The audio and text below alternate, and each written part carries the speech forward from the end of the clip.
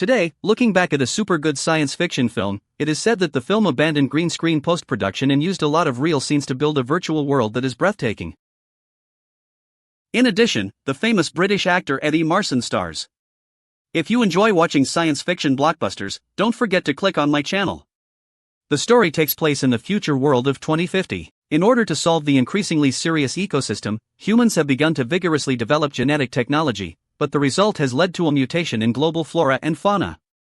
Rich people survive in cities called castles, while poor people struggle to survive in the barren wilderness. The female protagonist Vesper is a little girl living in a poor world. At this moment, she is searching for food in the swamp.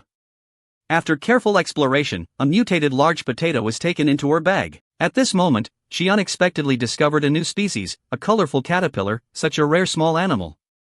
She must take it back and study it carefully. Passing through the decaying jungle, Vesper hurriedly returned home. The large area of wild plants in front of the door has become commonplace for her. Crush the potatoes, fry them into juice, then pour them into a pocket, and finally go to my father's room to give him intravenous feeding.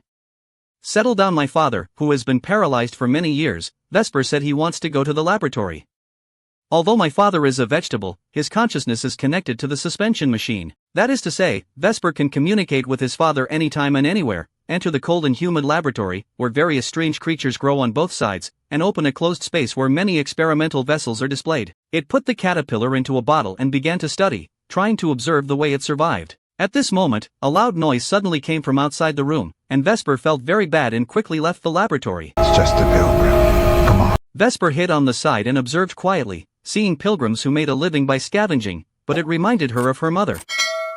Originally, after my mother was poisoned, she joined the pilgrims and never returned from then on. I think it's a she. Leave it. Just returned home, Vesper found that the plants in front of the door were all dead. It seems that the house has been looted, and someone has stolen the cell body that provides electricity.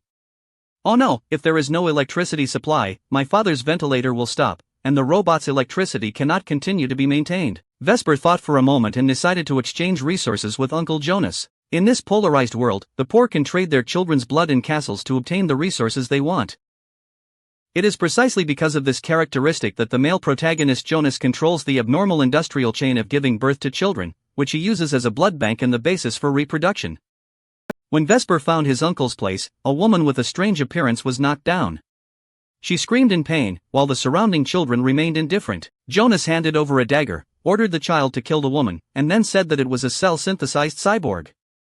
They were not humans and did not need mercy.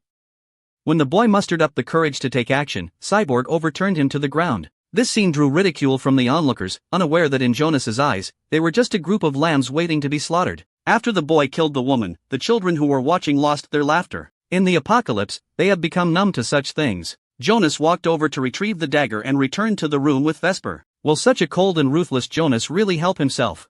As expected, after Jonas extracted her blood, he did not provide the necessary cell bodies for the Vesper and decisively drove him out. Vesper, who was reluctant, came to the backyard and crossed the barbed wire, preparing to sneak into Jonas's laboratory. At this moment, the castle's flying aircraft roared past, and Vesper took the opportunity to rush towards the room. She drained the liquid from the generator and turned around to discover the small cabin where the food was being cultivated. This is a precious seed exchanged by Jonas, and Vesper found it a treasure and took a few. On the way back, the roar of machines came from the sky, and a flying machine from the castle was rapidly descending. Vesper was surprised, but she didn't think too much because her bedridden father was still waiting for her rescue. Soon, the electricity at home returned to normal, and Vesper opened the stolen seeds to show his father.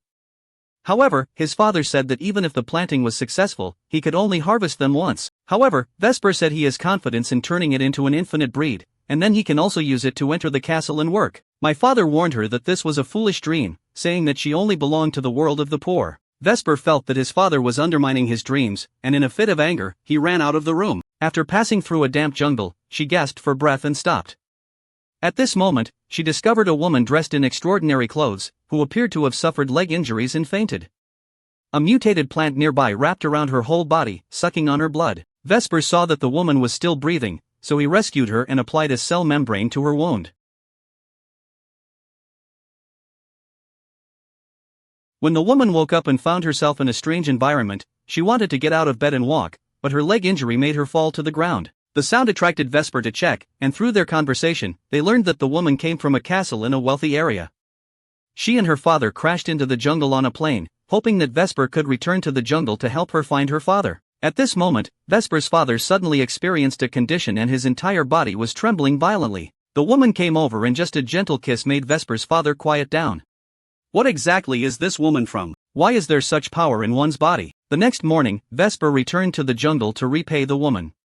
Following the traces of scratches on the ground, she quickly found the location of the plane's crash, and someone was trapped inside. Just as she was about to open the cockpit, Jonas rushed over with someone. He also saw the crashed aircraft that day, so he searched the jungle and found this place. The children opened the cabin door, and an old man appeared in front of them. Jonas, seeing that the other person was already on the brink of death, directly covered his mouth and nose with his hand. Vesper originally intended to dissuade, but Jonas pushed him hard aside. In the apocalypse, the desire for survival turned Jonas into a monster that kills without blinking an eye. In the dilapidated cockpit, Jonas found a ribbon. He speculated that there might be another person in the aircraft. After returning, Vesper did not tell the woman the truth.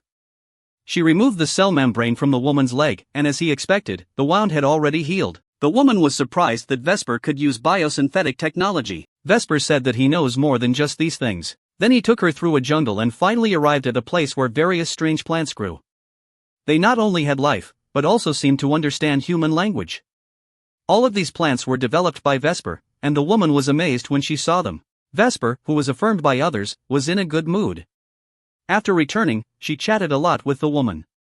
She held ancient books, pointed to the cat, and asked the woman if she had seen it. Afterwards, they also discussed other extinct animals. Why is the still so closed off to people like us? If it opened its doors to everyone, there wouldn't be enough resources. After reading the book, Vesper took out the ancient strings again. At this moment, she felt like she had found a kindred spirit and was willing to share everything with her. The next day, Vesper couldn't help but tell the woman the truth about the jungle, and then took her to the scene of the incident. Seeing her father's body floating in the river, the woman rushed over and hugged him, crying bitterly. Vesper jumped down the river and dragged the woman to the shore. Since this is the end of the matter, everything can only be changed with ease and sorrow. At this moment, Vesper discovered a new situation. She lifted the woman's hair, and the incision on her neck was obvious. 显而易见。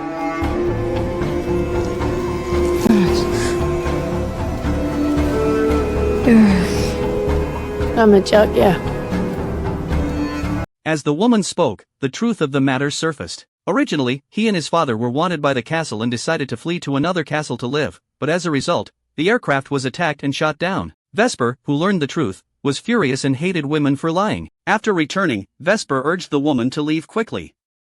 Upon hearing this, the woman silently came to the room and took out a knife, wanting to end her life and bid farewell to this meaningless life.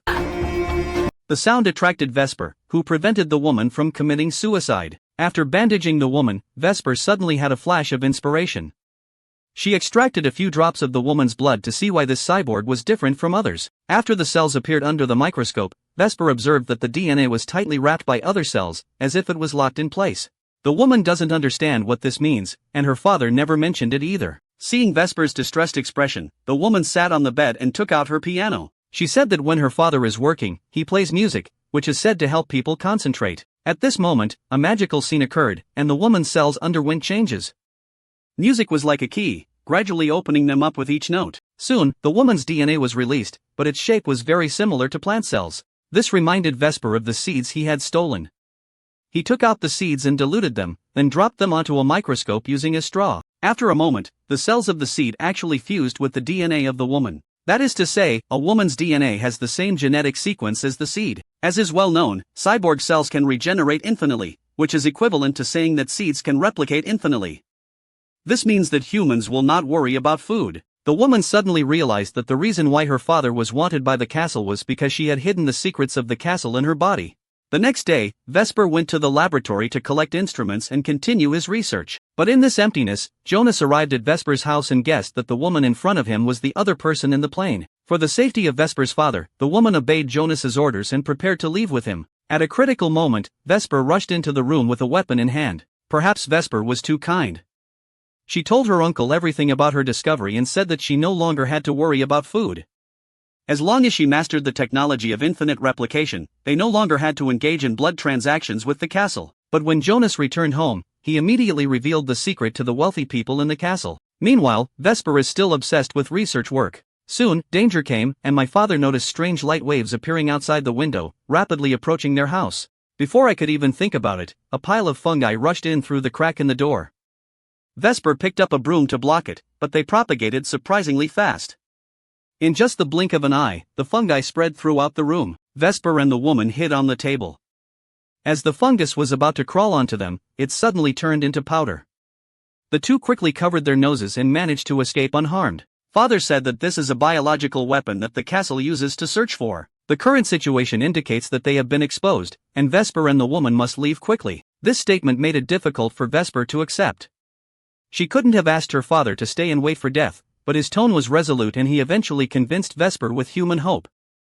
She'll take care of her. At the same time, the pursuers of the castle arrived first at Jonas's house. Before Jonas could speak, a bullet was sent to see God. After resolving the Jonas family, the pursuers returned to Vesper's house. At the last moment, the father chose to sacrifice himself.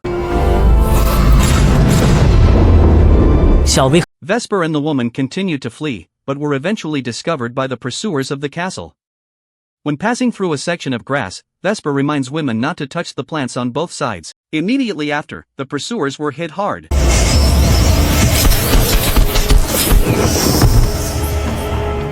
A firefly emerged from the wound, and it turned out that these insects had saved them. At this moment, the woman told Vesper that there were too many pursuers in the castle, and only by choosing to surrender herself could she protect her safety. Vesper didn't agree with the woman's idea after hearing it, so she had to kiss her. Her unique cells caused Vesper to fall asleep. The next morning, Vesper woke up in a fallen leaf and returned home. She looked at the charred house, remained silent for a moment, then squatted down, took out seeds, and planted a few. Perhaps this is her last hope. Uncle's surviving child came over and they followed Vesper on the road to finding a new home together. Vesper saw pilgrims picking up waste on the way, so he followed them on his journey. Vesper had always had a question in her heart. She was curious about where the pilgrims would take their garbage. After several days and nights of trekking, they arrived at the pilgrims' residence, which was in tattered condition with pilgrims covering their faces everywhere.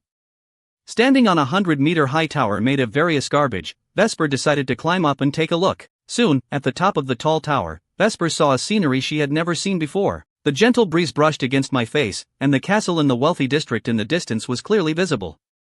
The dream place looked like this. Vesper pulled out the remaining seeds and then extended his palm. A gust of wind swept away the seeds, scattering them in the air. Facing the rising sun, it seemed that the hope of the poor was quietly awakening. Perhaps in the near future, Vesper will utilize its mastery of technology to create a paradise full of poor people. To avoid missing out on more exciting movies, please click subscribe.